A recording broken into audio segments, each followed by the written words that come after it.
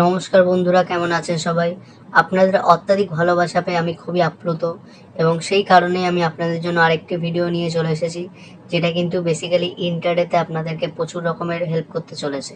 তো আমি এখানে বেলের আধা ঘন্টা চার্ট ওপেন করে ফেলেছি এবং আজকে আমরা যে স্ট্র্যাটেজিটি শিখতে চলেছি তার নাম হলো ORB। তো এখানে আমি লিখে দিই, আজকে স্ট্র্যাটেজিটির নাম হলো ORB। মানে কি? ORB মানে হলো ওপেনিং রেঞ্জ ব্রেকআউট। তো ORB opening range breakout, opening range breakout. তো এই স্ট্র্যাটেজিটাকে ইউজ করব কিভাবে?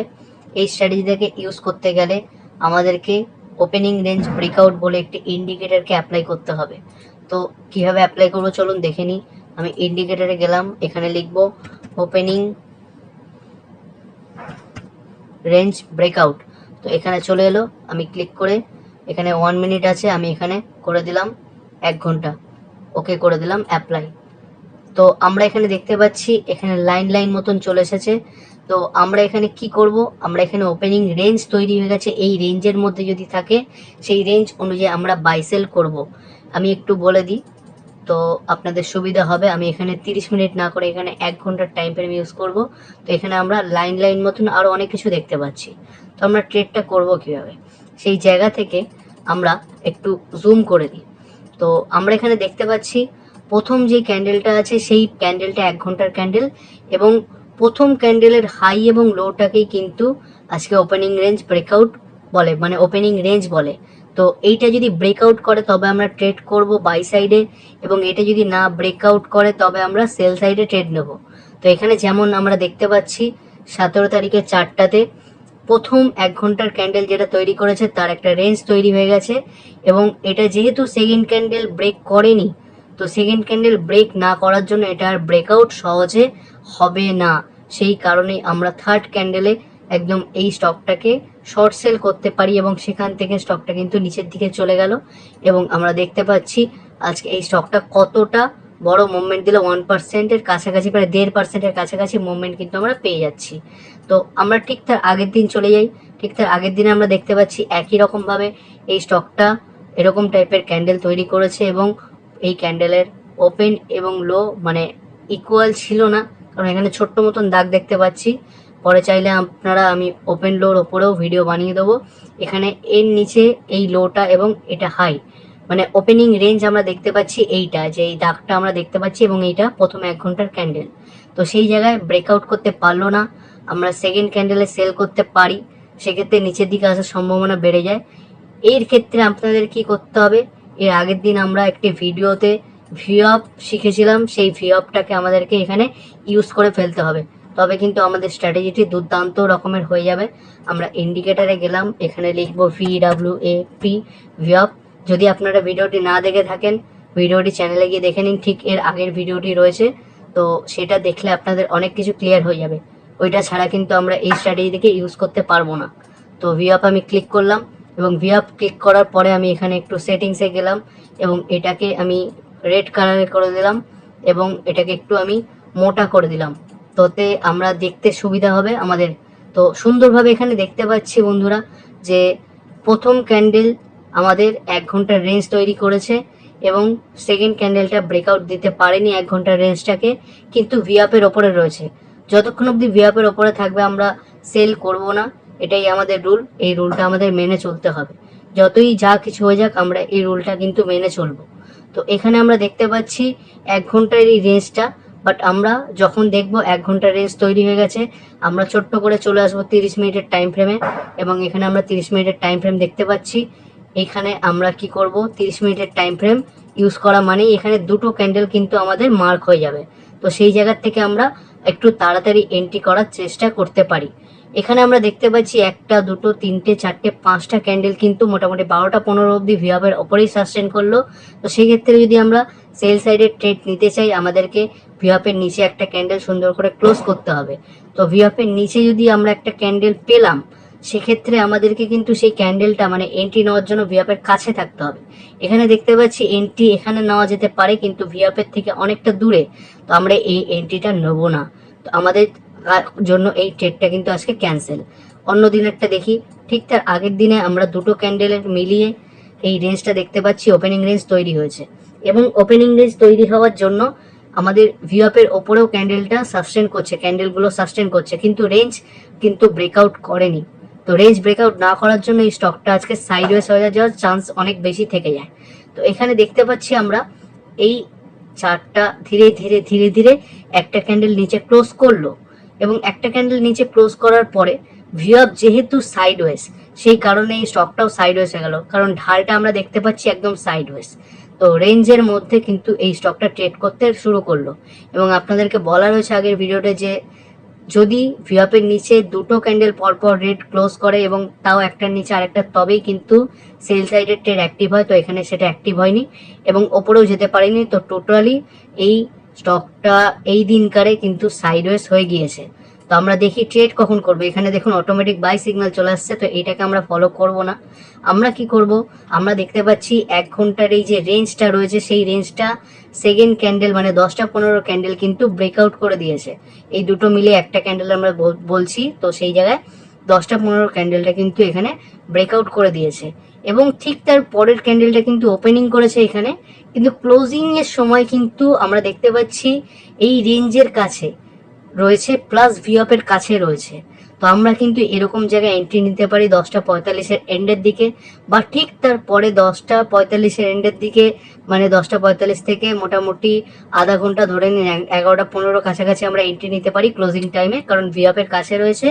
প্লাস এই স্টকটা কিন্তু 1 ঘন্টা যে টোটাল ওপেনিং রেঞ্জ ব্রেকআউট, মানে যেটা একসময় রেজিস্ট্যান্স ছিল এখন সাপোর্ট হয়ে গেছে, সেইটার কাছেও রয়েছে। তো এর থেকে বেস্ট এন্ট্রি আর হতে পারে না। আমরা এরকম জায়গায় এই রেড ক্যান্ডেলের ক্লোজিং এর টাইমে এন্ট্রি নিতে পারি, বা এই গ্রিন ক্যান্ডেলটার ওপেনিং এ এন্ট্রি নিতে পারি, যেটা এখানে অলরেডি দিয়ে দিয়েছে বাই। তো একে দেখে আমরা কিন্তু করব না, এটা দিয়ে দিয়েছে ঠিক আছে ভালো কথা, বাট আমরা আমাদের মতন এটার ক্লোজিং বা এটার ওপেনিং এ এন্ট্রি নিতে পারি। তো এন্ট্রি নেওয়ার পরে দেখুন ধীরে ধীরে ধীরে ধীরে বাড়ছে এবং আবার ভিওপের কাছে আসার চেষ্টা করেছে 2টো 45-এ, বাট ক্লোজিংটা ওপরেই দিয়েছে। তো মোটামুটি যদি আমরা প্রফিট নিতে পারতাম এখান থেকে, আমরা যদি এন্ট্রি নিতাম বা ঠিক তার আগের ক্যান্ডেল থেকে এন্ট্রি নিতাম, মোটামুটি এইটুখানি প্রফিট নিতে পারতাম ওই 40 মানে 0.40%-এর কাছাকাছি। তো এটা কিন্তু ইন্টারডেতে অনেক বন্ধুরা। ওকে, তো ঠিক তার আগের দিনটা আমরা যদি দেখি কি হয়েছে, দেখি একবার বোঝার চেষ্টা করি। তো প্রথম দুটো ক্যান্ডেল মিলিয়ে 1 ঘন্টার ক্যান্ডেল হয়েছে। তো এইখানে হলো আপার রেঞ্জ, এখানে লোয়ার রেঞ্জ। তো সেকেন্ড ক্যান্ডেলটা দেখতে পাচ্ছি ভিওপের নিচে রয়েছে এবং ভিওপের স্লোপ ডাউনওয়ার্ড রয়েছে, এবং সেকেন্ড ক্যান্ডেলটার ক্লোজিং কিন্তু আমরা দেখতে পাচ্ছি এখানে রেঞ্জের নিচেই করে দিয়েছে। তো 10টা 15 থেকে আধা ঘন্টার ক্যান্ডেল আমরা দেখতে পাচ্ছি মোটামুটি রেঞ্জ নিচেই ক্লোজ করেছে, মানে 10টা 45-এ ক্যান্ডেলটা ক্লোজ করেছে। তো 10টা 45-এ ক্যান্ডেলটা ক্লোজ করেছে এবং সেকেন্ড ক্যান্ডেলটা যখন ওপেন করেছে, মানে এই ক্যান্ডেলটা, এটা সেকেন্ড ক্যান্ডেলই বলবো ধরতে গেলে, ফার্স্ট ক্যান্ডেল এইটা এবং ফার্স্ট ক্যান্ডেল এই দুটো মিলিয়ে যদি বলি, সেকেন্ড ক্যান্ডেল এটা, থার্ড ক্যান্ডেল এটা। তো থার্ড ক্যান্ডেলের ওপেনিং যদি দেখি আমরা, এইরকম জায়গায় করেছে, ভিওপের থেকে খুব বেশি দূরে নয়, এবং যেহেতু রেঞ্জের নিচের দিকে ব্রেকডাউন করেছে এবং প্লাস ভিওপও সেল বলছে, ভিওপের স্লোপ ডাউনওয়ার্ড সব দিকেই সেল বলছে, আমরা হালকা রিস্ক নিয়ে এখানে এন্ট্রি করতে পারি। তো সেই জায়গায় থেকে আমরা কিন্তু খুব একটা বেশি যে রিস্ক নেবো তা নয়, আমি এখানে শর্ট সেলের এন্ট্রির জন্য বলছি। তো আমরা সেল এন্ট্রি নিতে পারি মোটামুটি 409-এর কাছাকাছি আমাদের এন্ট্রি, এবং ভিওপ আমরা দেখতে পাচ্ছি 410। তো 1 পয়েন্টে যদি স্টপ লস না নিতে পারেন সেটা কিন্তু আপনার জন্য ভালো কথা নয়, কারণ আপনি তখন কিন্তু বোঝা যাবে আপনি শেয়ার মার্কেটের জন্য রেডি নন। তো 1 পয়েন্টের মাত্র লস থাকছে সেই জায়গায়, বা 1 পয়েন্টের লস বলতে পারেন বা রিস্ক বলতে পারেন, 1 পয়েন্টের রিস্ক থাকছে। তো আমাদের এন্ট্রি হবে এরকম জায়গায়, এবং আমরা সুন্দর করে ট্রেডটাকে রাইড করব, এবং ততক্ষণ অবধি রাইড করতে পারবো যতক্ষণ অবধি আমরা দেখতে পারবো যে একটা বা দুটো ক্যান্ডেল, মেনলি দুটো সবুজ ক্যান্ডেল ভিওপের ওপরে ক্লোজিং দিচ্ছে। তো এটা গেল একটা সুন্দর স্ট্র্যাটেজি। আমরা চাইলে এর মধ্যে বলিঞ্জার ব্যান্ডও অ্যাড করতে পারি, যেটা অলরেডি আপনাদেরকে আমি শিখিয়ে রেখেছি। তো সেই জায়গায় বলিঞ্জার ব্যান্ডকে আমি অ্যাড করতে পারি এখানে, আমাদের স্ট্র্যাটেজি আরও দারুণভাবে ইমপ্রুভ করতে পারে।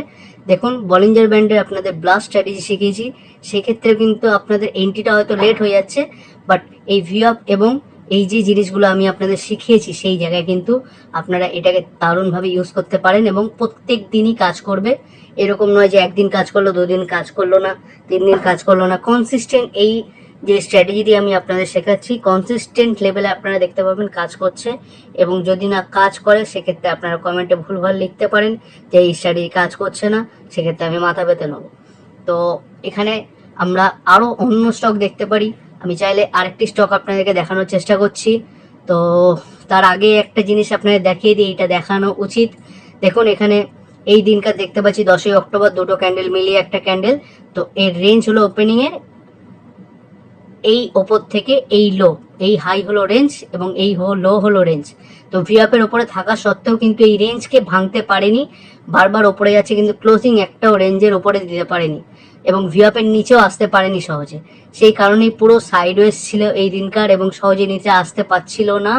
এবং একটা ক্যান্ডেল বহু কষ্টে কিন্তু ভিআপের নিচে ক্লোজ করেছে, বাট পরের ক্যান্ডেলটা যেহেতু করেনি, পরের ক্যান্ডেলটা পরপর দুটো ক্যান্ডেল রেড ভিআপের নিচে ক্লোজ না করে আবার কিন্তু স্টকটা সাইডওয়েজ হয়ে গেছে এবং লাস্ট ক্যান্ডেল ক্লোজিংটা দিয়েছে 3:15 পরে 3:30 অবধি যে ক্যান্ডেলটা নিচে। তো এটা কিন্তু আমরা ট্রেড করার মতন পরিস্থিতিতে ছিলাম না কোনোভাবে এই স্টকটার মধ্যে। তো সুন্দরভাবে আপনি যে কোনো দিনে এটা দেখতে পারেন, সব কটা দিন কাজ করবে। এবং যদি মনে হয় আরও ক্ল্যারিফিকেশন আপনাদের দরকার, আমি ক্ল্যারিফিকেশন আপনাদের কিন্তু আরও দেবো, সেক্ষেত্রে চিন্তা করার কোনো দরকার নেই।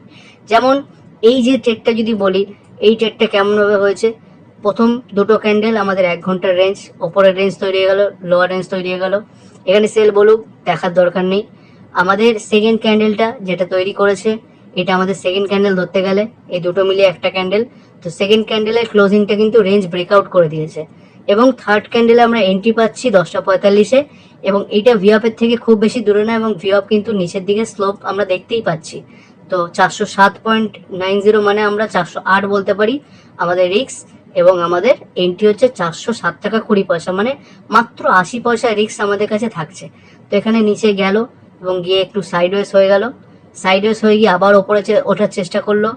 তো আমরা চাইলে এখানে এক্সিট করে যেতে পারি ভয়েতে, কিন্তু আমি বলবো আপনারা কি এক্সিট ততক্ষণ অবধি করবেন না যতক্ষণ না কি বলেছি ভিআপের ওপরে দুটো ক্যান্ডেল ক্লোজ করে। তো এখানে আবার সেকেন্ড টাইম এন্ট্রি করার অপশন দিল, আপনি চাইলে সেকেন্ড টাইম এখানে এন্ট্রি করতে পারেন এবং দেখুন যাবার যখন ভিআপের কাছাকাছি এলো সেকেন্ড টাইম এন্ট্রি করার অপশন দিল, এখান থেকে নিচে পড়ে গেল। তো এখানে দুরকম ভাবে এন্ট্রি করা যেতে পারে। আপনি চাইলে প্রথমবারই 100% যেই টাকাটা ইনভেস্ট করবেন ভাবছেন করে দিতে পারেন, তো সেক্ষেত্রে আপনার রিস্কটা থাকবে না।